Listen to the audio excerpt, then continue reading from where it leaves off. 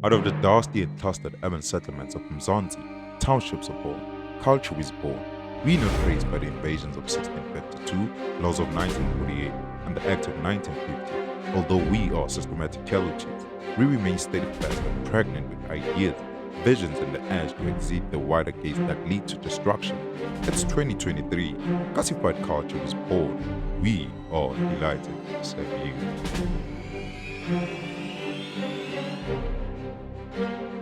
Scasified.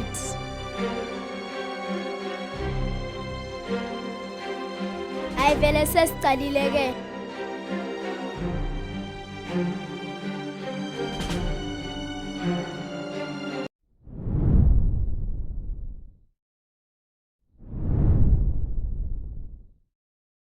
Welcome to Classified Culture Podcast. We are so excited to be back, Dewo. Hey, what's up, Swiso? I know, dude, don't give me that energy. What energy? Hi. You're like, what's up, Sfiso? What's up, Swiso? No, dude, like, how about what's up, Sfiso? Nah, I don't want to make noise, dude. Yeah, anyway. I told you my throat today, dude. I don't know, man. It's giving bad vibes. It just had it has a tickle and a cough. Yeah, but can I remind people, that this is a level 10 podcast, right? It's NKF level 10. Yeah. What else? Am I forgetting something? No, I think we are certified by the South African. It's been a while, Authority. guys. It's been a while, but hey, man. What? Let us go on. First, but we're here though. Before we go anywhere, guys, we're right? Here. We just want to send our sincere apologies to our loyal viewers because we have not been putting out shows for about a month or two now because of what I would call probably more than that though. Probably more than that. It can be teething problems. No, it's we individuals at the end of the day. We are career orientated. So I think we had our difficulties. What kind of difficulties did we have? I would call it like administrative and technical difficulties. Yeah, I remember we had that guy who came in here and we're still looking for our content even now, This would have been our 30th episode probably. We lost all the episodes that we had. So my guy, please return our content, bro, With all due respect. Because we have to come here. We've been speaking with you though, and what you're doing is not cool, bro. Yeah. Yeah. Anyway, Sfiso, without wasting any time, I just wanna get how was your couple of 3 months since we've last recorded, since whatever that has been happening in your life, regarding everything, and how's you as a human being right now? No, I'm cool, dude. As a human being, I'm cool, dude. There's nothing to write home about. Everything else you guys know it. There's nothing to write home about. I'm good. I'm a family man. So if my family is happy, then I'm happy. Yeah. No. Yeah. That's super dope. And yourself? I've had a couple of challenges, but besides everything that has been happening during the past 3 months, I really believe that the strength of a man is not really measured on how much you can take, but how you take the stuff that comes at that time. So yeah, man, I've had some pretty challenges, but we managed. We're still here, we're still pushing. There've been pretty good changes, and some not so much, but that's life. Hey, you wanna tell our viewers what kind of challenges are those? Nah, in a nutshell, let's just say let's just say that life happens. Yeah. And you get to learn and you move on. Yeah. That's it. I think that's the best advice I could give to everyone out there. Life happens, carry yourself, feel what you feel, then we move on, bro. Yeah. Yeah, 100%. Well, guys, it's the virtual Imbizo, and as is the norm, guys, that you need to subscribe. Okay? Please. We know that you guys are so angry with us because you've not been putting out shows. But please, guys, we've got good reasons why, so we've told you. But please tell your girlfriends, tell everyone to subscribe to Classified Culture Podcast. We've got hot topics coming up. You guys, you don't want to miss it. Yeah, man, like what we're about to discuss today. Guys, you know what? We've been through, a lot of challenges where we record, and it's nothing more of like, learning experience for us. And I really hope that, you guys see what we're doing, and because we put a lot of work in what we do. So today, we just want to go on a lighter topic, not light, but you get what I mean. So, Spiso, before we continue, you before we started, we discussed the shout outs that we want to do for the Gassies, and you picked Free State in particular.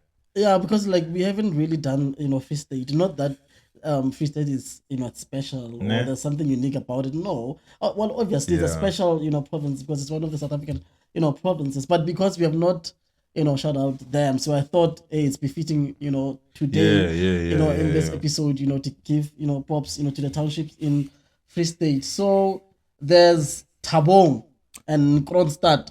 Shout out to you guys. Shout out to Frankfurt. Shout out to Buchabelo. Shout out to Harry Smith and Fixback. Shout out to Kwaito. Shout out to Kalabucha. Paris Botshabelo. Why What do you- up? Okay, I'm still on, but it's fine. Yeah. Shout out to Piritona. Those type of townships. We see you guys and we love you. And I think Shout out to Kwa Habedi. Kwa Putadi Cham. yeah, man. I don't really know a lot of them, but Shout out to Fixback. Nagele go Fixback. Bobo, Tsepong, all of those. Yeah. Nagele Fixback like a month ago, right? And then Where is it that I'm only hearing of this today? no, He just decided. Dude, like you remember I was in Fixback for the Lobola thing. When you went to negotiate. Yeah. And like the funny part is like, dude, like the border between Lesotho and South Africa, it can't be real, guys. Like really, like do the two governments like they are serious about this border, really? Yeah, I guess. It's such a funny thing. Like you could literally just guess, walk I mean, and cross the street, and then you are at Lesotho. Yeah.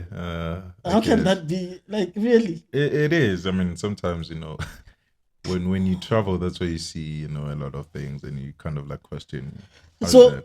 So Tebo, what are we talking about, Namhlanje Baba? Today, viewers there, we like I said, it's a light topic, but also it kind of resonates to what we want to discuss, and being that it's our identity as South Africans, as people of color.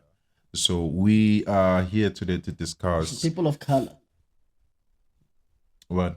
People of color. Yeah, people of color. What do you mean, people of color? That's what they say. Who said that? Everyone says that. Who is everyone? Everyone out there. Who? The people. No, in the context of South Africa, is people of color relevant? I guess so, man. How? Because we're a colorful nation, right?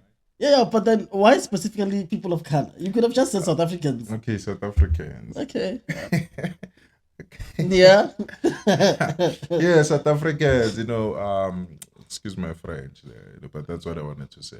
No. I wasn't swaying you to change your mind. No, I'm not. Yeah, I'm I just wanted to understand why do I you use... think you want me to be politically correct. No, not necessarily. I just wanted to but- understand because in the South African context, I don't understand what does people of color mean. I wanted you to educate me. So we are discussing today a topic that is vibrant to the youth, most particularly, but obviously And adults. I was getting there, adults as well, but we are not going to focus on one aspect of it. We always give out background. That's our identity. So we are going to talk about South African or township music and dance culture. I think just simply South African pop music. No, we're not going to touch on pop, Kwela. Yeah, but then Music as a whole. are we gonna touch music as a whole? Not as a whole. No. That's why you see. Dude, I'm not gonna sit here and talk about rock. I know nothing about rock. No. You see, this is where this is where listen, Nana, listen. This is why I said, are we going to talk about something that the people of color can relate to? Because we are going to touch about more especially on township music and culture Okay, so when I and the said dances that contributed. okay, now that you are packaging Okay, inside. anyway, let's not delve into it now. Now that we are packaging We'll inside take it. this topic of popular culture. Yeah, bro. The reason why I said pop culture is because if you look at America, which is probably like the biggest, export of music and dance and culture in the whole wide world, their pop culture or music, it's mostly R&B and hip hop. That's what we relate to in South Africans. And perhaps in the olden days, you would have mentioned, jazz music, But in the South African context, our pop music, it's Kwaito. Now, recently, it's Mapiano, it's Gxom. So that is our popular music. Pop simply means popular. So that's what I was referring to. That's our popular music. I mean, our popular music is not your traditional, folk, music like your Mpatanga. Of course, they are popular within, a different section of society. We know that. Or Soto music, or Shangan disco, but we know that the popular music that in urban areas that is popular within our townships, it's Kwaito, it's Mapiano, it's house. So perhaps the first thing that we need to do is, where does this come from? The background of South African music.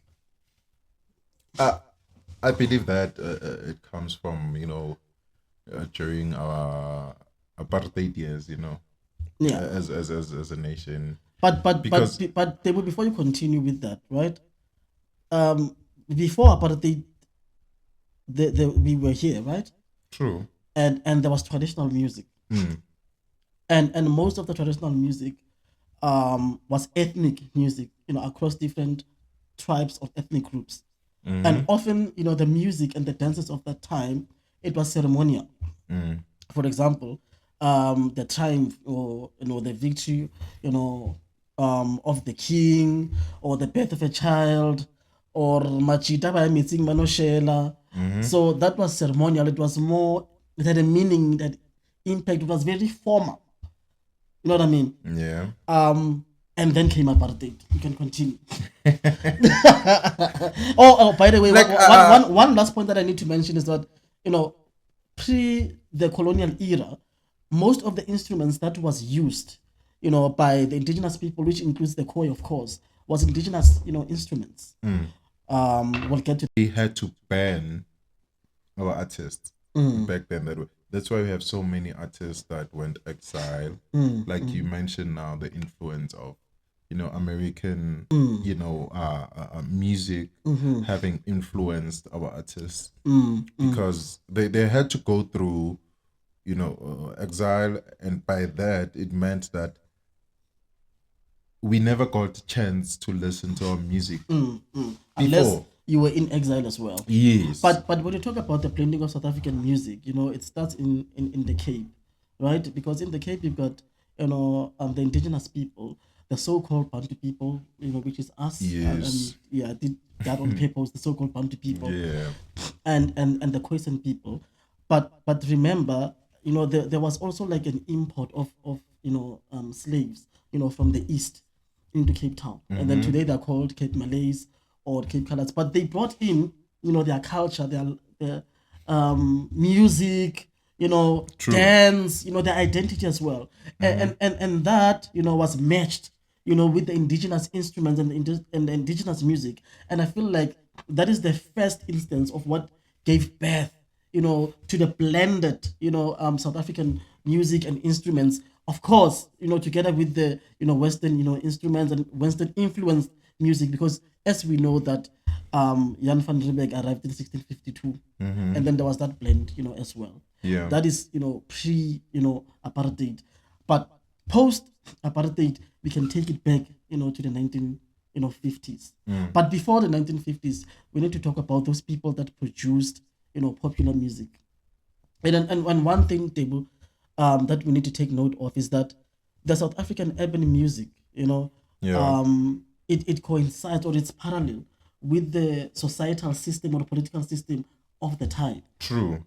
Because when apartheid, was passed as law in South Africa, in fact, if you go back to the 1800s, on the discovery of gold and other minerals, in South Africa, many people they left, their villages and then they came to the cities or Johannesburg, because they seeked, opportunities, especially black people. And then on our previous episode, we spoke about the 1913, Land Act. So where black people were not supposed to allowed, to own property, and there were curfews, for black people in urban areas. So the townships in itself are a construct of apartheid or colonization. So what happened is that there was a subculture because now, due to black people being disenfranchised, not being able to own property, and due to the curfews, then there were slums, which like you can call informal settlements because of those curfews. And out of those informal settlements, then you had shebeens, right, on those slums. And those shebeens, that's where these people that are working in the mines from different ethnic groups, different tribes, different musical taste, that's when they created, a subculture of music when they were offered that traditional beer in those shebeens. And the blending of jazz, and that traditional music from different ethnic groups gave birth in the 1950s to music which was called Marabi. Marabi. Yeah. What is Marabi, Fiso? Marabi, For someone who's watching now, who's young, yeah, and who's very like interested in music and its origins, especially in South Africa. How would you describe Marabe and its origins in relation to the history that you just spoke about of subcultures? How would you describe Marabe? Marabi is the jazz infused, with African traditional music, which was born out of those slums that I was referring to, and mostly in the shebeens, due to the diversity of the people that were working, in the mines of that time. Obviously, disenfranchised, not allowed to own property. So they created a subculture, and that subculture that they used to play when they were in the shebeens, and it's called Marabi because jazz, was there already. And then now it was infused, with, traditional African music. And then that's how Marabi was born out of the townships. Out of the shebeens in those slums. Yeah. And then obviously you can talk about that place where people were forcefully being removed and into Soweto. What is that called place? Which one? The ones where Sophiatown. And other related, places. So Sophiatown was like the capital of culture and music in South Africa during that time. Yeah. But earlier, before we talk about the 1950s and etc., Solomon Linda. Solomon Linda is that guy who did he write that song, the famous song? Mbube, yeah. Yeah, I wonder if he was paid the royalties because the Lion King I'm not sure, but I doubt it. Yeah, that song was like sampled so many times throughout the world. So he's the one who recorded, Mbube. Which year was this? I'm not sure about the year, but probably before the 1950s. Yeah, but even on the 1800s, there was the guy who also wrote Nkosisikeleli Africa, Enoch Sontonga, yeah. Enoch Sontonga, one of our writers, one of our earlier musicians so who used to compose. Did he actually write the national anthem, or he influenced it? He wrote it. Definitely 100%. Yeah, he wrote it, but obviously the one that we have now has been tweaked. No, it has been infused with the stem. Remember the stem? I think the Afrikaans part is from the old South African national anthem, which was called the stem. No, so yeah. No, you know why I'm asking this, right? Because there's quite a few languages that are African. I think it starts with Nkosisikelele, and then it's Morena Boloka. Yeah, Morena Boloka. Okay, Morena Boloka. Morena Boloka is Chavasa is. Yeah, so, well, basically, that's what I'm asking. So, he only wrote the Nkosisikelele part. Yeah, or what's it the Nkosi Sikelele part? But obviously, it is not being sung the way that it was originally done. Yes. Obviously, And there were other parts that were removed so that they can accommodate the English and the African parts. But the Zulu, Xhosa, Sotho part, they are the original Nkosi Sikelele that he wrote. So some parts, like Magu Benjalo, they were removed.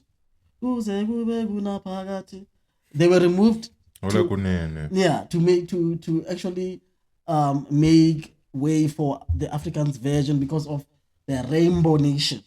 That is suffering till this day. But anyway, Yeah. as you call up. Yeah, so when you look at like music coming back from those eras, Yeah. and let's say post the 80s. But before we go post the 80s table, like there's something which is fascinating. I don't know if people know this, but one of the earliest recording artists in South Africa, it's Princess Makoko. Princess Makoko. And she used indigenous musical instruments. You know who's Princess Makoko? No, I only know the stadium. Princess Makoko was a princess, hence Princess Makoko. She was the mother of Prince Buthelezi, the political leader that you know, and she was a sister to, I think her father was a Zulu king, Dinu Zulu. That's why. So obviously she's from the royal, family. Then she was married by a Buthelezi, who was also like a chief. So the earliest, traditional Zulu and choral music, they were recorded by the princess herself, which is Princess Makoko. You might want to research on that. Yeah. And now Tebu. So Yeah. what's so fascinating about her? Because you said. Well, what's so fascinating about her? By the way, her archives are still there. I think if you go on YouTube, some of her songs that she wrote and sang, they're still there for us to listen. I think what fascinated me about her, firstly, it was the way in which she wrote music. Secondly, is the way that she sang music. And lastly was the fact that she used to play herself traditional instruments. And for me, as for a woman, especially at that time, it is so fascinating because we don't have a lot of women who are producers today, who are composers, who are playing instruments. So at least, we've got a case study, we've got a reference of a woman who came from a royal family and still did well, in culture and influenced the pop culture that we have today. No, that's that is actually fascinating news. Yeah. I think most like I'm saying, I only knew the stadium. Yeah. But who the actual person is. Yeah, that's Buthelez's mom. Yeah, so guys, that's some information right there for you. They would probably I think we've had this conversation before. Probably my best South African decade of music. It's from the 1950s. 1950s? Yeah. You weren't even born there. Bro. I know, dude. I'm such an old soul, right? My best years. What would be your favorite decade? I'd put it because of what I've experienced. I definitely feel like for me, the 2000s and then that era until probably 2014 there, I feel like those 14 years, like for me, made the best music out there. We got to experience a lot of diversity in South Africans being creative in that sense. And also, I think that's where I felt a lot of dance styles emerge from these type of music genres that we had. Yeah. I'm speaking about Kwaito, hip hop. We had also house falling in that category as well. So for me, those are my best decades, I'd say. The reason why I'm saying the 1950s were my best, it was because the stars came out of the 1950s, dude. I feel like the real stars of South African music. Those were legends. That actually marketed South Africa, our greatest exports, right? Exports. Yeah. our greatest exports. That made South African culture, music, dance, world-renowned musicians. Talking about Bo Kipimwe Ketsi, Hugh Masekela, Rebecca, Dolly Ratebe, which was like our star and our first female it girl star who influenced the likes of Dorothy Masuku, Abigail Kubeka, the queen herself, Mirriam Makeba, Mama Africa, hallelujah. and Tate Abdul Ibrahim, who was called Dollar Brand because of his conversion to Islam.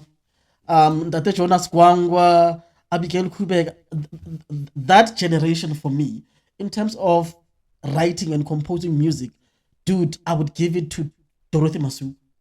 The way in which she wrote, in fact, some of the favorite songs that we know today, like Boka Uleza, which was sung by Mirriam when she was still in exile in the United States. And you must think those songs were written by Dorothy Masuk. And Dorothy Masuk, obviously herself, we know that she wrote that song, Hamba Non Sogolo. When she was in a train, coming from Zimbabwe. And we all know, Hugh Masekela, and the part that he played, in world music. Yeah. So some of the, famous, music genres that was, influenced by that blend that I was referring to earlier.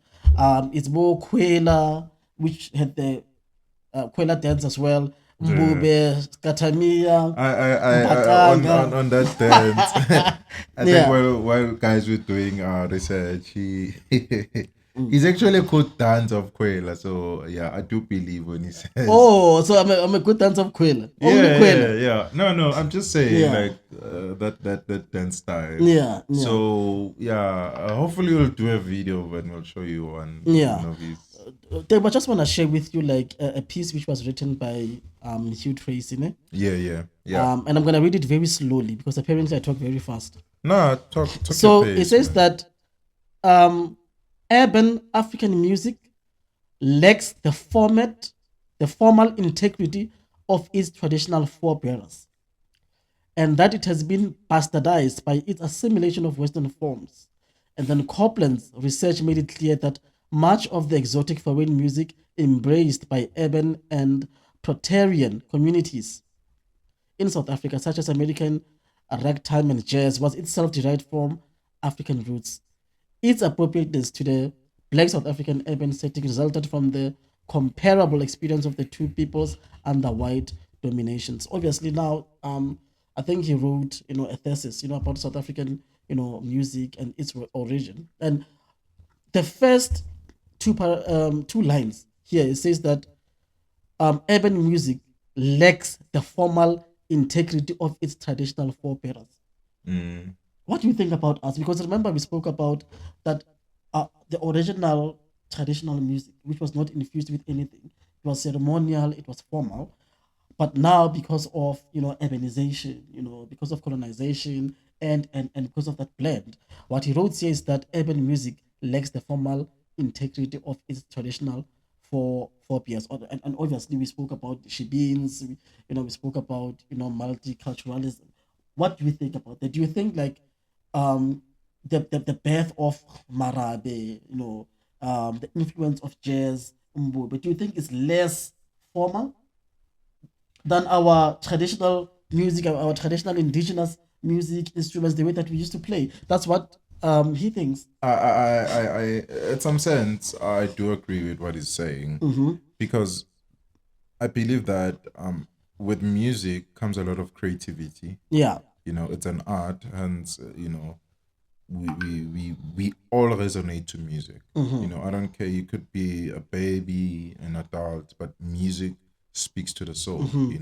So I think by what he's saying there, he's basically saying that the integrity of our roots, kind of like shifted, which made sense. We're under oppression, right? So a lot of our artists, like you said, were exiled.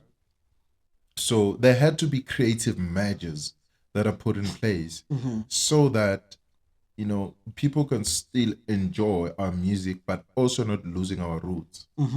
Unfortunately, we were under some influences, like you say. Unfortunately, yes. So you would have preferred that we remain with traditional music? I think we are the most creative race, basically, and music for us is soulful. You know, that's the first thing. It's rhythmic for us. Mm-hmm. You know, hence we can dance the way that we can. But we get to that part though. But Spiritual as well. yes, do you understand? So that's why I'm saying that people needed that to get along. But don't you think that diversity, worked in our favor? Because South African music is popular around the world. It did. Yeah. It did. I won't lie. It did. You know, but we had to keep our identity at the end of the day. Yeah. You know? Yeah. There needed to be that identity that this is South African music Yeah. and cannot be found anywhere around the world. And as I said, they would obviously like the history of our music, especially in the 1950s. Yeah. It was influenced by the political, conditioning of the political system of that time. Like for example, apartheid. We know that in the 1960s, the Sharpeville, massacre. Massacre, yes. And then we know that people were forcibly removed. And they stayed in the township. They created the townships after removing people for those places that they reserved only for white people. And that's when most of our stars, they left, South Africa. You know what I mean? Because of the political situation of that time, doesn't save anymore because most of the leaders were exiled. I mean, we know the Rivonia trial, the ANC leaders for Mandela of that time. And then unfortunately, most of the South African stars of the 1950s to the 1960s were Mirriam Makeba, Bo Dulira Tebe, Bo Hugh Masekela, Bo Abdul Ibrahim. Their music was banned. Yeah. Because of its relationship with the politics or political connotations, yes, or being politically incorrect, for that time. At that time. At that time. So it was banned. So we know that Bo Jonas Kwango, they went to the UK, and then we know that people like Mirriam Makeba became the world star. I mean, she went to America where, she remade, that Pata Pat song, which became like a world, one of the best songs, you know what I mean? And and if I'm not mistaken, it was on the Billboard charts. That Pata Pata song. So huge song. Definitely, it is a huge song. But unfortunately, a lot of people at that time, they could not listen to these stars, because of the political climate of that time. But people around the world, you know what I mean, they were able to access, these stars that we had. Yeah. No, I definitely do that. I think what you just said is resourceful information, that really would speak about why we're speaking about this topic now. Yeah. It really touches on that. And I feel like we live in a world where people don't really understand our history in terms of music as well. Yeah. You would ask a young person about the people that we just spoke about, Yeah. and they'd have no clue at all. So it's really important that we educate and we inform, especially the young people, Yeah. Yeah. And I just wanna say this. The reason why South African music is so much influenced by the Black American music, it's because those are the only people that we could identify with at that time. Because we do share something in common with the Black Americans, in that both of us, we were colonized, but in their case, it was, slavery. You know what I mean? And then because most of these artists, they were banned in South Africa, and their songs could not be played on radio. Mirriam Makeba, Hugh Masekela. So we used to consume a lot of American music. Yes. Hence, our music is so much infused, with the American sound. That's why we got that, Till this day. international stamp or Till international this day. footprint until this day, because of that's what we used to consume from the radio stations. Bo Radio Sesotho, Radio Metro of that time, Radio Buputazwan of that time. So that is the relationship that we have, with South Africa, with American music, from jazz, blues, R&B. You mentioned that because we could identify with their struggle. You know what I mean? Yeah. And then we saw ourselves through them.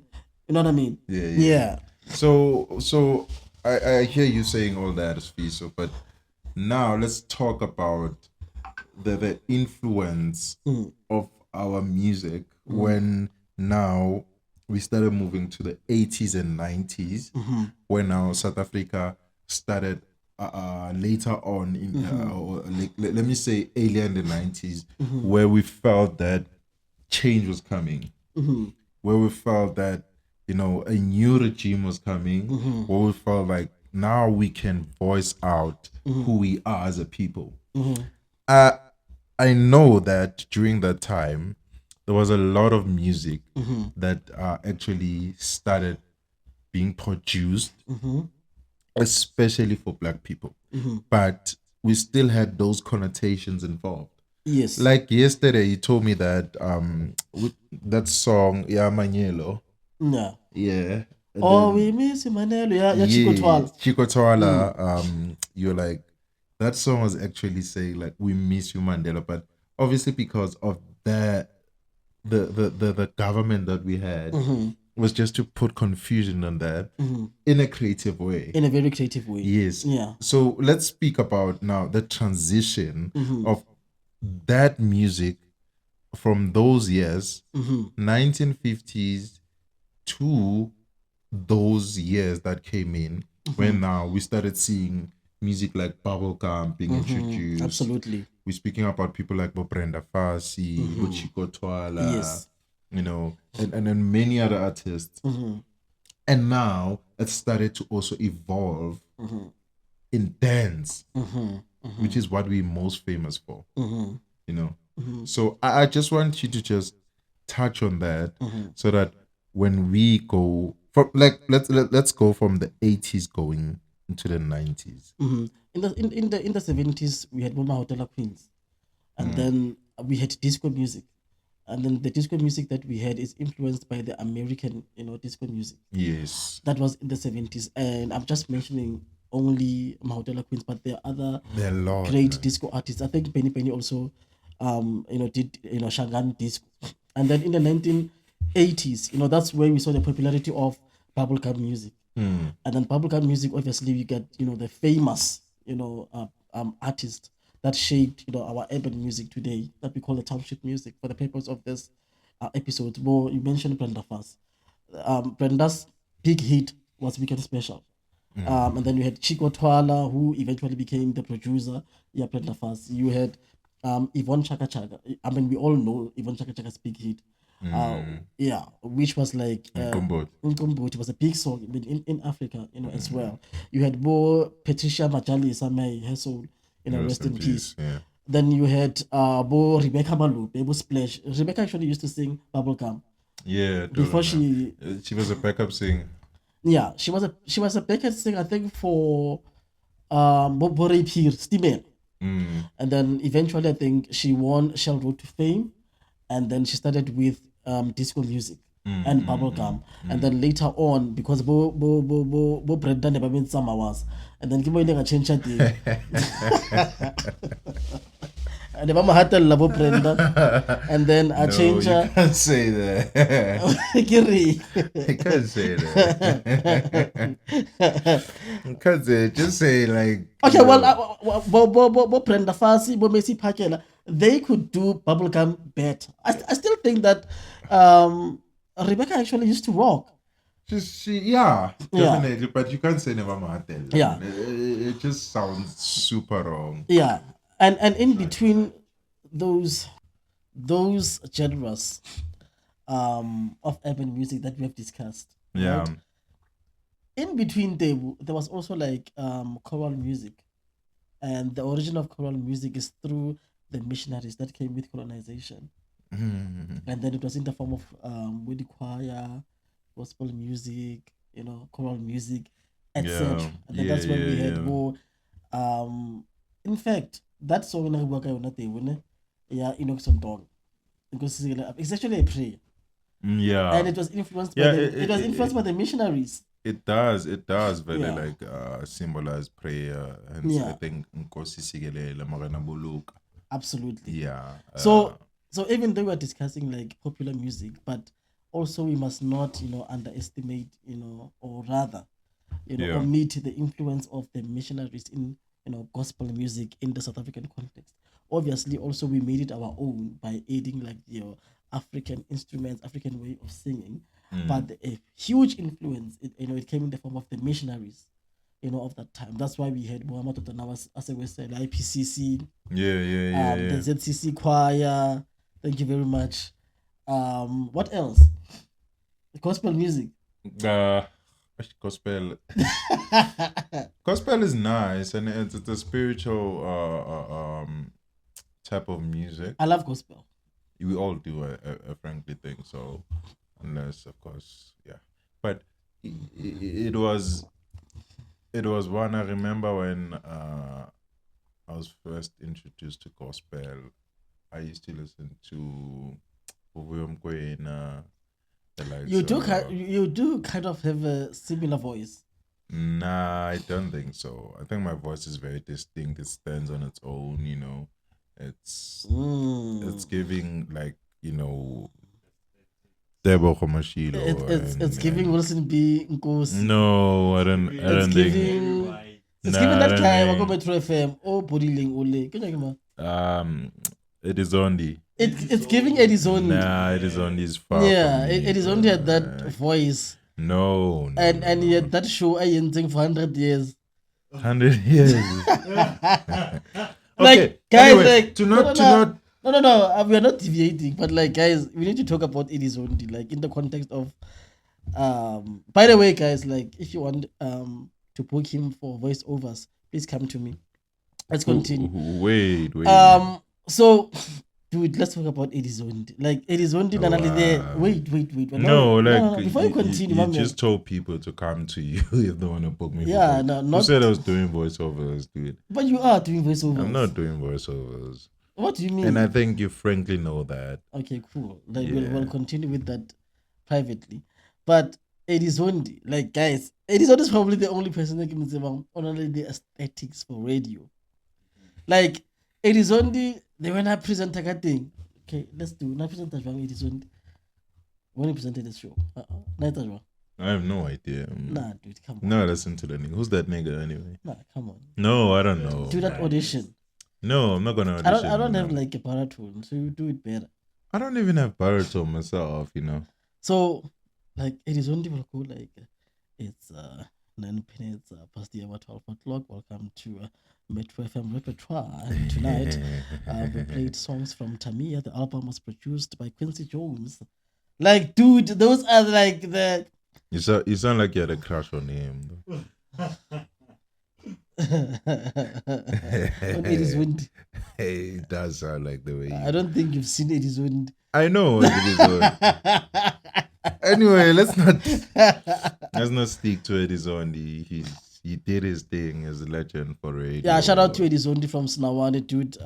Yeah, so you know another thing when I said it, like while I was saying, you know, speaking about bubblegum and the image, and disco and the imaging of the genre of music that pulled up through those years from 80 to 87. There was the boom of it, dude. Like it had everyone. Like I think people who were in that generation probably felt this kind of euphoria because this was brand new music that resonated to South Africa.